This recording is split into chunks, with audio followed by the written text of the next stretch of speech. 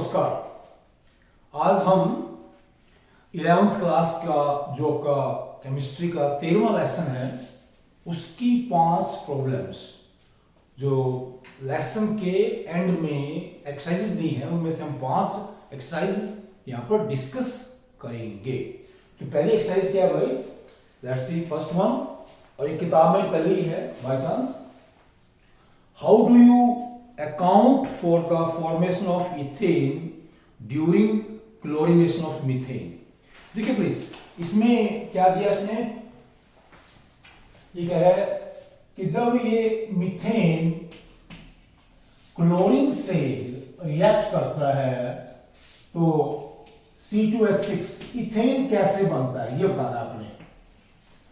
जब ये दोनों सब्सटेंसेस आपस में रिएक्ट करते हैं तो इसमें इस रिएक्शन के दौरान इथेन कैसे बनता है इसका आपने बताना है यहां पर।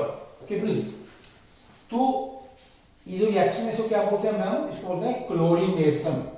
कि यहां से जो आपका ये मीथेन में से क्लोरीन H को रिप्लेस करके खुद वहां पर लग जाता है। तो हमने क्या है, इस रिएक्शन को थोड़ा सिंपल रखना है, पूरी हम नहीं करेंगे, ठीक है? थोड़ा सिंपल रखेंगे। तो ये रिएक्शन क्या है? चेन रिएक्शन है और 3 स्टेप्स में होती है। चेन रिएक्शन है, 3 स्टेप्स में होती है। पहला होता है इनिशिएशन, का मतलब क्या है? रिएक्शन का शुरू होना। Start of reaction is known as initiation. तो इनका जो मिक्सचर है उसमें हम लाइट डालते हैं और लाइट डालते क्या हुआ? पहला स्टेप क्या हुआ? इनिशिएशन। तो इसको बोलेंगे इनिशिएशन, पूरा होता है इनिशिएशन, ऐसे लिख लीजिए। तो क्लोरीन के ऊपर जब लाइट पड़ती है तो ऐसे इसके 2 यहाँ पर फ्री रेडिकल्स बन जाते हैं। यहाँ पर ये दिखा देंगे इलेक्ट्रॉन है, ये क्या है? Free radical. रिएक्शन के दौरान बनने वाला एक ऐसी स्पीशीज जो स्टेबल नहीं है, जिसकी एनर्जी बहुत ज्यादा होती है और जो बहुत ही ज्यादा रिएक्टिव है। और फिर क्या होगा? फिर ये जो फ्री रेडिकल है क्या करेगा? क्योंकि हमारे पास रिएक्शन मिक्सर में ये दोनों ही है, तो सबसे पहले इसका बॉन्ड टूट जाएगा यहां से, क्लोरीन क्लोरीन बॉन्ड के है, इसको बोलते हैं होमोलिसिस, Cl बॉन्ड का टूटना। फिर दूसरा होता है प्रोपेगेशन, रिएक्शन का आगे बढ़ना, प्रोपेगेशन, ऐसे करेंगे प्रोपेगेशन। ये दूसरा स्टेप है। ये पहला स्टेप है, लेट्स से ए स्टेप, ये हो जाएगा इसका बी स्टेप, दूसरा मतलब बी स्टेप। प्रोपेगेशन मतलब रिएक्शन आगे बढ़ना। तो अलग अलग चीज रिएक्शंस में, प्रोपेगेशन में 2 3 4 5 अलग अलग स्टेप्स होते हैं। इसमें क्या करेंगे? देखिए ये क्या करेगा? मीथेन पे आकर अटैक करेगा, मीथेन। और जो ये रेडिकल है यहाँ पर, ये वाला, ठीक है, एक यहां से H को निकाल देगा और ये बन जाएगा मिथाइल फ्री रेडिकल, और ये बन जाता है यहाँ पर HCl। देखिए बस यहां से बहुत से Cl फ्री रेडिकल्स बने हैं। अब यहाँ पर ये मिथाइल फ्री रेडिकल बन गया। अब ये 2 यहाँ पर फ्री रेडिकल है, 2 तरह के, methyl free radical and Cl free radical बीच में है। तो क्या होगा? तो ये 2 फ्री रेडिकल आपस में टकरा सकते हैं, ये 2 टकरा सकते हैं, या ये आपस में टकरा सकते हैं, ठीक है? तो जब ये आपस में टकराएंगे यहां पर, ये तो क्या बनेगा? प्रोडक्ट बनेगा। कैसे बनेगा प्रोडक्ट? ये देखिए पहले क्या होगा? ये Cl2 मॉलिक्यूल से टकराएगा से Cl ऐसे, ये फ्री रेडिकल है, और यहां पर क्या बन जाता है? लेट्स से CH3Cl, ये प्रोडक्ट बन गया। और साथ में क्या बन गया? ठीक है प्लीज, एक फ्री रेडिकल Cl बन गया, ठीक है? तो जब आपस में यहां पर रिएक्शन होती है डिफरेंट स्पीशीज के बीच में, जो स्टेप फ्री रेडिकल जनरेट करता है वो रिएक्शन को आगे बढ़ाता है। जो भी स्टेप फ्री रेडिकल बनाएगा वो रिएक्शन को आगे बढ़ाएगा, तो इससे भी रिएक्शन आगे बढ़ेगी। तो इसलिए इनको बोलते हैं प्रोपेगेशन, राइट? अब देखिए प्लीज, इसमें हम क्या कर रहे हैं? जो सी स्टेप आएगा, जो थर्ड स्टेप है, ठीक है, तो तीसरा स्टेप है, that is termination. Termination, reaction कैसे बंद होगी, रिएक्शन कैसे खत्म होगी, उसको बोलते हैं हम टर्मिनेशन। तो टर्मिनेशन क्या होता है? जब फ्री रेडिकल्स खत्म हो, जिन स्टेप्स में फ्री रेडिकल्स ना बने बल्कि फ्री रेडिकल्स कंज्यूम हो, खत्म हो, खर्च हो, वो स्टेप्स रिएक्शन को बंद करने में मदद करते हैं और वो स्टेप्स किस में आते हैं? थर्ड स्टेप में आते हैं, जिसे बोलते हैं टर्मिनेशन, किस चीज का खत्म होना। तो कैसे खत्म होगा भाई? आपस में क्या है, मान लीजिए यहाँ पे स्टेप में पहले सी स्टेप है, ये थर्ड स्टेप, ये फ्री रेडिकल आपस में टकराएं, CH3 Cl, ठीक है, ये टकराएंगे आपस में, क्या बनेगा? CH3 Cl। यहाँ पे क्या है? अब देखो इस स्टेप में कोई फ्री रेडिकल तो बना नहीं है, तो ये रिएक्शन को बंद करेगा। या वो क्या बनेगा, देखिए प्लीज, एक तो ये रिएक्शन होगी CH3 ये कोई भी, क्योंकि वहां पर दो तरह के रेडिकल्स हैं, मिथाइल एंड Cl, तो मिथाइल Cl आपसे टकराएंगे तो ये बन जाएगा, मिथाइल मिथाइल टकराएंगे ये आपस में रेडिकल्स क्या बन जाएगा? CH3 ये देख लीजिए यहां पर। तो यहां पर ये जो स्टेप है, ये वाला थर्ड स्टेप, जिसमें दो मिथाइल फ्री रेडिकल आपस में टकराते हैं और इथेन बनता है, इथेन बन जाता है। Ethane is formed in the third step because of combination of two methyl free radicals, C2H6 बन गया यहां पर ये। और तीसरा क्या है? Cl भी टकरा सकते हैं भाई, Cl टकराएंगे ऐसे, तो क्या बन जाएगा? Cl2 बन जाएगा दोबारा ऐसे। तो ये जो तीन स्टेप्स है, ये रिएक्शन को बंद करते हैं। तो थर्ड स्टेप में जब मिथाइल रेडिकल्स आपस में कंबाइन करेंगे तो उससे इथेन बन जाता है। ये पूछ रहा है कि इथेन कैसे बनता है। Second question, explain why the following systems are not aromatic. तो इसने भाई तीन ऑर्गेनिक कंपाउंड दिए हैं और ये पूछ रहा है कि ये एरोमेटिक क्यों नहीं है। एरोमेटिक वही कार्बन कंपाउंड्स हैं और ये बहुत ज्यादा संख्या बनते हैं। कोई भी कंपाउंड जिसमें ये बातें हों या जो इन कंडीशंस को पूरा करेगा उसे हम एरोमेटिक बोलते हैं, तो ये क्वेश्चन नंबर 2 है। पहले लिख लेते हैं या बाद में लिखेंगे कि पहले क्या भाई, एरोमेटिक कंपाउंड में रिंग्स होती हैं 1 2 3। क्या होंगे भाई? ये ऐसे कंपाउंड है जिनमें रिंग्स होती हैं, 1 होगी 2 होगी 3 होगी 4 होगी, रिंग्स होगी, ये पहली बात है। फिर क्या होगा उसमें? क्या sp2 हाइब्रिडाइज्ड कार्बन होते हैं, sp2 हाइब्रिडाइज्ड कार्बन एटम्स होंगे। कार्बन एटम्स क्या वो एटम्स होंगे, सारे कार्बन जो होंगे वहां पर sp2 हाइब्रिडाइज्ड स्टेट में होने चाहिए, राइट। और जो मॉलिक्यूल है, जो सिस्टम है, वो प्लेनर होना चाहिए, ठीक है प्लीज, प्लेनर होना चाहिए। और क्या होना चाहिए भाई उसमें? क्या है, कार्बन एटम्स के बीच में क्या है, ऐसे जैसे बेंजीन में होता है ना, देखिए प्लीज यहां पर ऐसे, ये है हमारे पास बेंजीन के स्ट्रक्चर देते हैं। बेंजीन में क्या है, देखिए प्लीज, बेंजीन सबसे इंपॉर्टेंट एरोमेटिक कंपाउंड है, राइट। तो कैसे है भाई, देखिए ऐसे लिख लीजिए, इसमें ये बेंजीन का एग्जांपल ले रहे हैं एरोमेटिक कंपाउंड के लिए। तो इसमें एक रिंग है पूरे, ऐसा रिंग स्ट्रक्चर बन गया, राइट। फिर 6 के 6 कार्बन के हैं, sp2 हाइब्रिडाइज्ड स्टेट में है सारे कार्बन।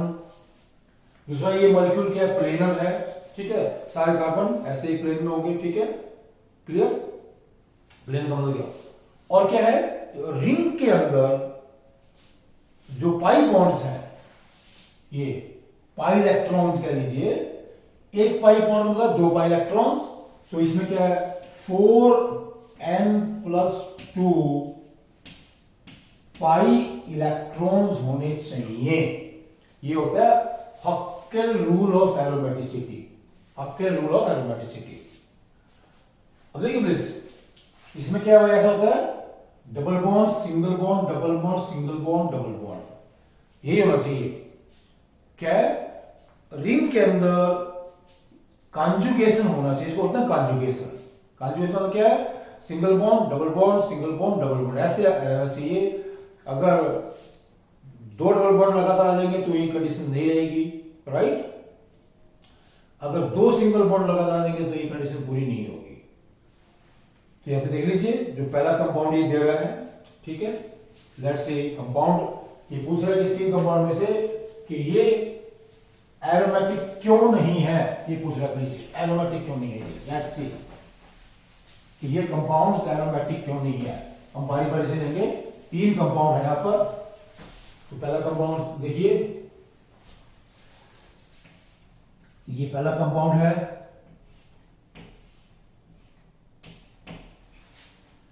राइट, CH2, और ये हमारा ये कंपाउंड है भाई, ठीक है। अब देखिए यहां पर जो कार्बन है ये sp3 हाइब्रिड स्टेट में है, sp3 हाइब्रिड स्टेट में, और वैसे भी क्या है, इस रिंग में 4 पाई इलेक्ट्रॉन्स है, और ये फार्मूला 4n+2, राइट, क्या है 4 है ये, राइट, 4n क्या होगा ये 4 - 2, और n = 1/2। तो आधी रिंग नहीं होती है प्लीज। n की वैल्यू क्या होगी भाई, n की वैल्यू होनी चाहिए कम से कम, n की वैल्यू क्या होगी 1 2 3 4 ऐसे। n क्या है, number of rings in the compound, जैसे बेंजीन में 1 रिंग है, n की वैल्यू 1 है, ठीक है। तो n की वैल्यू क्या आ रही है, देखिए हम कह रहे हैं किसमें 2 + 2 4 पाई इलेक्ट्रॉन्स हैं यहाँ पर, 4 पाई इलेक्ट्रॉन्स, ये फार्मूला है 4n+2 = 4, क्योंकि इसमें 4 पाई इलेक्ट्रॉन्स हैं। तो ये होगा 4 - 2, और n क्या हो जाएगा ये यहाँ पर, ये होगा 2/4 मींस 1/2। तो n क्या है, n की वैल्यू कितनी होनी चाहिए 1 2 3, भाई 0 कहते हैं, 0 कैसे होगी, 0 नहीं हो सकती प्लीज वैल्यू, n की वैल्यू। दूसरा कंपाउंड है आपका, दूसरा ये है, ये दूसरा कंपाउंड है ऐसे, ये वाला,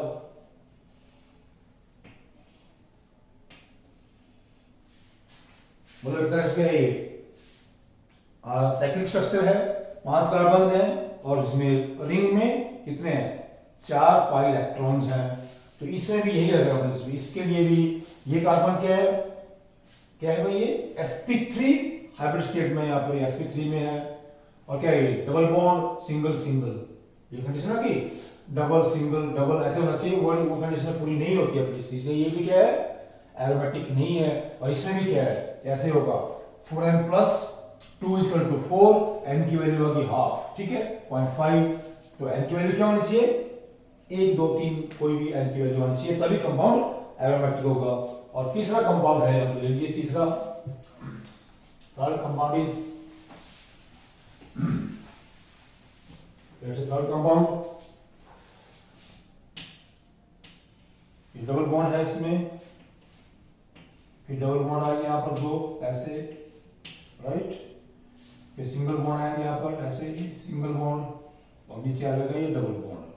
ये 8 कार्बन है इसके अंदर, ठीक है, कितने कार्बन है 8 कार्बन है यहाँ पर, ऐसे पूरी स्ट्रक्चर बना दीजिए आप, ये रिंग स्ट्रक्चर है।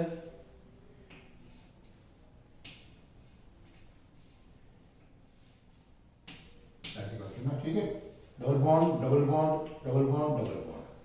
देखिए इसमें ये एक कौन सी कंडीशन पूरी हो रही है भाई, इसमें कंडीशन पूरी हो रही है ये वाली कि कार्बन क्या है आपको, double bond single bond double bond single bond. इसमें कॉन्जुगेशन है, रिंग स्ट्रक्चर है, रिंग स्ट्रक्चर है, सारे कार्बन क्या है, लेकिन ये प्लेनर नहीं होता प्लीज। इसकी एक स्ट्रक्चर कैसे बन जाती है ऐसे, यहाँ पर ये जो मॉलिक्यूल है इसकी स्ट्रक्चर कैसे बन जाती है, ये करके ऐसे करके ऐसे करके ऐसे ऐसे करके,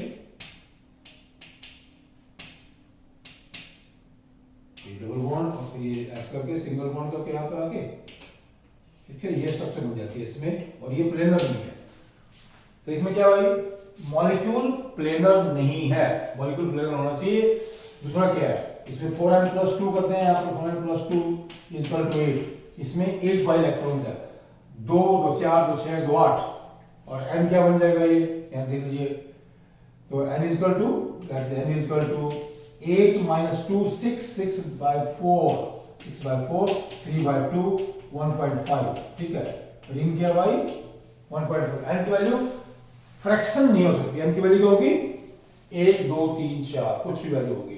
तो इस तरह से बड़ा आप देखिए 3 कंपाउंड 1 2 3, इसने पूछा था कि ये एरोमेटिक क्यों नहीं है। तो इनमें क्या है, पहले 2 में क्या है, एक कार्बन sp3 हाइब्रिड स्टेट में है, राइट, और क्या n की वैल्यू 1 2 3 में नहीं आती है। इसमें क्या है, ये नॉन प्लेनर है मॉलिक्यूल, प्लेन में नहीं है सारा कुछ, और n की वैल्यू भी 1.5 आती है। थर्ड क्वेश्चन, इसने हमें पूछा है कि ये कुछ इन द एल्केन, एक हमारे पास हाइड्रोकार्बन दिया है एल्केन, वो पूछ रहा है कि इसमें प्राइमरी, सेकेंडरी और टर्शियरी कार्बन एटम्स बताने हैं, atoms, and give the number of H atoms bonded to each one of these. ठीक है, आपने एक तो इसकी स्ट्रक्चर लिखनी है पूरी तरह से कंपाउंड की, और ये सारे जो कार्बन है ये बताना है कि वो प्राइमरी है, सेकेंडरी है, टर्शियरी है या क्वार्टरनरी है, अगर कोई बीच में होगा तो। So let's write the structure, और फिर बताएंगे कि उसमें क्या होगा इसमें। ठीक है, स्ट्रक्चर लिख के तो हम यहां पर आ जाते हैं ऊपर।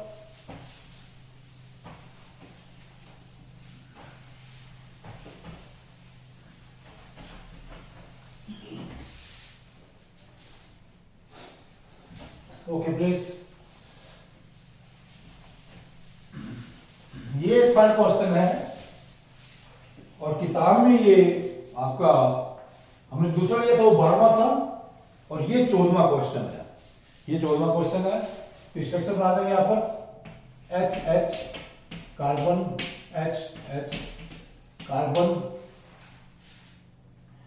H H H H carbon, फिर क्या है यहां पर ये सी सी, इस पे 3 ऐसे लगे हुए यहां पर, ये मिथाइल ग्रुप एक तरह से ऐसे, यहां पर कार्बन, यहां पर भी आपके ऐसे लगेंगे 3 एच, इस पे 3 एच कार्बन, फिर क्या है CH2, इस पे H है यहां पर, VH है, नेक्स्ट कार्बन,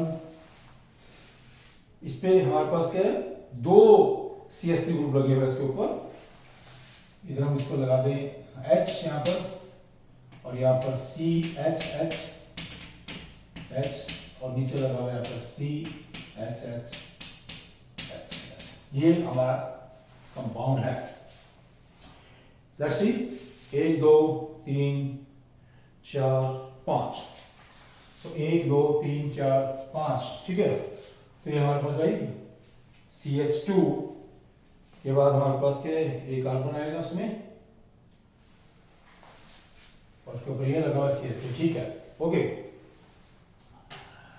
तो देखिए प्लीज सारे, ये कार्बन फर्दर एक कार्बन से जुड़ा हुआ है यहां से, राइट, यहां पर ये वाला, तो ये प्राइमरी कार्बन है, ठीक है। इस पे 3 ये लिखेंगे ऐसे, प्राइमरी कार्बन है ये वाला, और 3 H इसके ऊपर लगे हुए हैं। तो ये कार्बन आगे 2 जुड़ा हुआ है, 1 और 2 इनसे, ये होगा आपका सेकेंडरी बन जाएगा, सेकेंडरी कार्बन है ये वाला, दूसरा वाला, और इसके ऊपर क्या है 2 H लगे हुए हैं, 2 H लगे हुए हैं। अब तीसरा जो है आपका ये यहां से देखिए प्लीज, 1 2 3 4, तो ये 4 से जुड़ा हुआ है, फोर नॉट, ये वाला, ये क्वार्टरनरी कार्बन है ये बीच में, और ये देखिए प्लीज ये भी 2 जुड़ा हुआ है, ये सेकेंडरी आ गया बीच में, फिर ये सेकेंडरी आ गया, ये कार्बन आपका क्या है, सेकेंडरी कार्बन है। अब ये कार्बन यहां पर क्या है, ये 3 से जुड़ा हुआ है, 1 2 और 3, ये हो गया टर्शियरी, ये वाला कार्बन टर्शियरी, और लास्ट का फिर कार्बन है ये फिर प्राइमरी में आ जाता है, क्योंकि ये 1 से जुड़ा हुआ है, इससे जुड़ा हुआ है, ये वाला लास्ट। ये सीधा कह लीजिए, इसमें और चीज क्या देखिए प्लीज, हाँ, जिस कार्बन पर 3 H होंगे वो प्राइमरी होगा, यहाँ पे देख लीजिए ना, जिस कार्बन पे एक ही H होगा वो क्या होगा, यहाँ पर ये टर्शियरी है, जिस कार्बन पर 2 H है ऐसे यहाँ पर ये क्या है, ये सेकेंडरी है, जिस कार्बन पर कोई भी H नहीं है, कोई भी H नहीं है, वो क्या है, क्वार्टरनरी है। तो जिस पे 2 H है यहाँ पर ये सेकेंडरी है, इस पे 3 H है ये प्राइमरी है।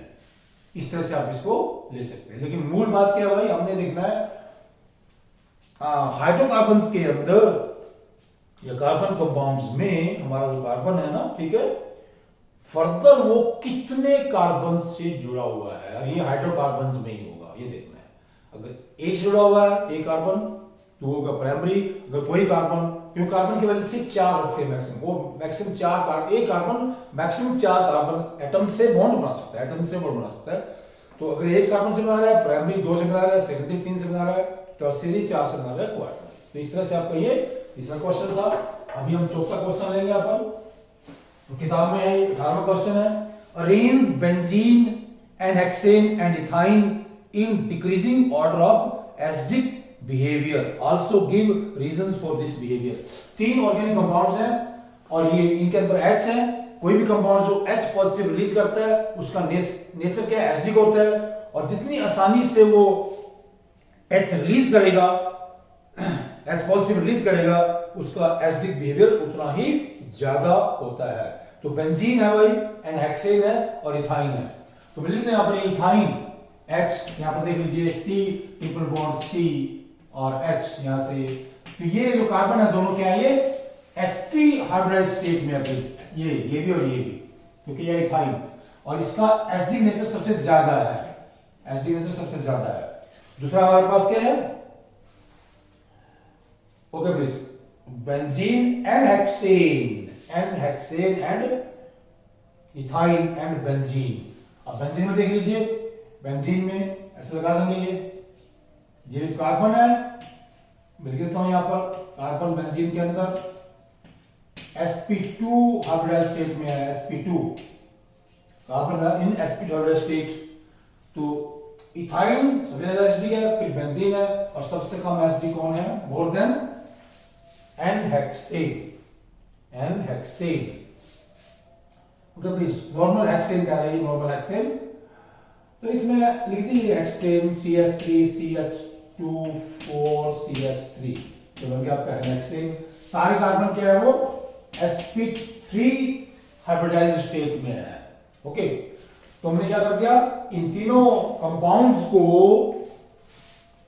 एसिडिक नेचर के डिक्रीजिंग ऑर्डर में लिखना ना, ये सबसे ज्यादा एसिडिक है, ये इससे कम, और ये सबसे कम एसिडिक है। रीजन क्या है, यहां पर तो ये CH बॉन्ड है, ठीक है, इसमें जो बॉन्ड है कार्बन के ज्यादा नजदीक है, क्योंकि sp3 कार्बन ज्यादा इलेक्ट्रोनेगेटिव है sp2 से, sp2 ज्यादा इलेक्ट्रोनेगेटिव है sp3 कार्बन से। और कार्बन की इलेक्ट्रोनेगेटिविटी जितनी ज्यादा होगी, जो कार्बन हाइड्रोजन ये बॉन्ड पेयर है उतना ही ज्यादा कार्बन के नजदीक होगा, और जितना ये बॉन्ड पेयर कार्बन के नजदीक होगा, ये बॉन्ड उतना ही आसानी से टूटेगा और H पॉजिटिव इजिली रिलीज होगा, ठीक है, इजिली रिलीज होगा। और कोई भी कंपाउंड H पॉजिटिव आयन जितना ज्यादा आसानी से रिलीज करेगा, उसका एसिडिक बिहेवियर सबसे ज्यादा होता है। तो ये क्या है, रीजन क्या है इसका भाई, because of different hybridized state of carbon atom, ठीक है, जो इनको अलग अलग एसिडिक नेचर के कंपाउंड्स बनाता है, ठीक है। अब अगर लास्ट क्वेश्चन हमारे पास 5वां क्वेश्चन है, किताब में ये 25वां क्वेश्चन है, why is Wurtz reaction not preferred for the preparation of alkanes containing odd number of carbon atoms? Illustrate your answer by taking one example. भाई एक वुड्स रिएक्शन है, WURTZ, वुड्स रिएक्शन। तो इसमें क्या होता है, देखिए मान लिया अपना ये ले लिया CH3Cl, ठीक है, और यहाँ पर क्या है, सोडियम मेटल डाल दिया बीच में, ठीक है, और ड्राई ईथर यहाँ पर क्या है, सॉल्वेंट है, ड्राई ईथर, और इसको हीट कर देंगे, ठीक है, ये होगा। तो कह रहे भाई इस रिएक्शन से हम वो हाइड्रोकार्बन बनाते हैं जिसमें क्या होता है, जो सिमेट्रिकल है, इसमें इवन नंबर होता है, किसका, इवन नंबर होता है कार्बन एटम्स का। ओड वाले नहीं बना सकते ना, ओड वाले नहीं बना सकते। ओके प्लीज देखिए इसको ध्यान से, जिन हाइड्रोकार्बन्स में इस रिएक्शन से, रिएक्शन क्या है, मान लीजिए रिएक्शन है CH3Cl प्लस 2NaCl CH3, यहां पर ड्राई ईथर होगा, इसको हम हीट कर देंगे, ड्राई ईथर सॉल्वेंट है यहां पर, और क्या बन जाएगा CH3 ये इथेन बन गया, 2NaCl है ना, 2NaCl, मतलब ये इथेन बनेगा, और क्या बनेगा, ब्यूटेन बनेगा, कुछ बना सकते हैं, लेकिन 3 कार्बन वाला या 5 कार्बन वाला यहां से जो आपका हाइड्रोकार्बन है या एल्केन है वो नहीं बन सकता। क्यों नहीं बन सकता, कि मान लिया हम क्या बनाना चाहते हैं, प्रोपेन बनाना चाहते हैं, रिएक्शन किसमें कौन क्या लेंगे भाई, हम लेंगे CH3 CH2Cl 2Na, राइट, ये ले लिया हमने, क्लोरोमीथेन, और क्या बन गया CH3 CH2 CH3 ये बन गया प्रोपेन, प्रोपेन 2NaCl 2NaCl। हमने क्या बनाना है, ऑड नंबर या अनसिमेट्रिकल प्रोपेन बनाना है, इसमें 3 यहाँ पर कार्बन एटम्स है ना, ठीक है। अब देखिए प्लीज, तो यही हो, यहाँ पर ड्राई ईथर आएगा और साथ में इसमें हीटिंग भी होगा, पूरी रिएक्शन करेंगे, ड्राई ईथर पूरी रिएक्शन करना है और इसमें हीट करेंगे। अब देखिए रिएक्शन के अंदर ये क्या है, ये हमारे पास सोडियम है, क्लोरो इथेन है, क्लोरोमीथेन है।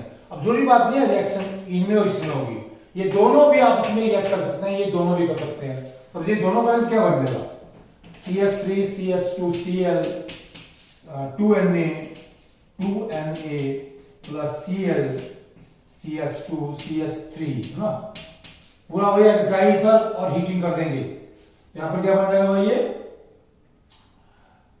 CH3 CH2 CH2 CH3, फिर ये आपस में यही रिएक्ट कर जाएंगे दो, CH3 Cl 2Na plus Cl CH3 dry ether heat करेंगे और यहां पर बन जाएगा आपका ये CH3 CH3 plus 2NaCl 2NaCl। देखिए प्लीज ये रिएक्शन पूरी हो गया अब आपकी।